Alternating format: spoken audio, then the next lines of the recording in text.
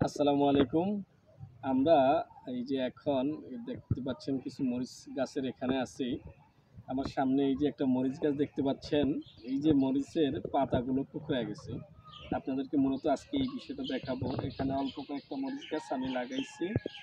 তো এই যে দেখতে পাচ্ছেন যে মরিচের পাতাটা কুঁকড়ায় গেছে, এটা কিন্তু কোনো রোগের কারণে হয় নাই।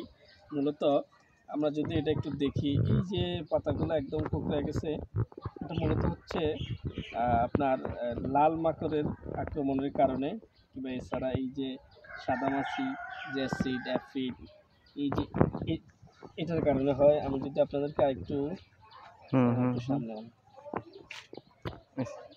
এই যে আমরা যদি এখানে যদি দেখাই, একদম এইখানে এই যে পাতাগুলো কুঁকড়ে গেছে, এটা মূলত জাপ পোকা কিংবা সাদামাছি, লাল মাকড়ের কারণে এই সমস্যাটা হয়ে থাকে। তাহলে এই সমস্যাটা হয়ে গেলে আপনার গাছের ফলন একদমই কমে যাবে, ফলন আর বাড়বে না।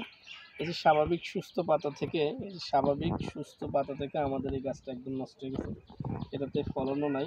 কিন্তু আমরা যদি একটা সুস্থ গাছ দেখি, এইদিকে এই যে এটাতে ফলন আছে।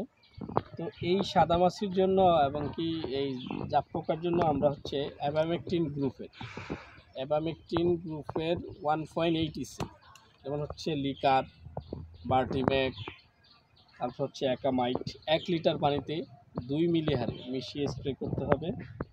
1 লিটার পানিতে যদি আমরা 2 মিলি হারে মিশিয়ে স্প্রে করি, তাহলে এই জাপ পোকা থেকে, এই মাকড়ের আক্রমণ থেকে আমরা আমাদের ফসল মরিচ গাছ রক্ষা করতে পারব। সবাইকে ধন্যবাদ। আসসালামু আলাইকুম।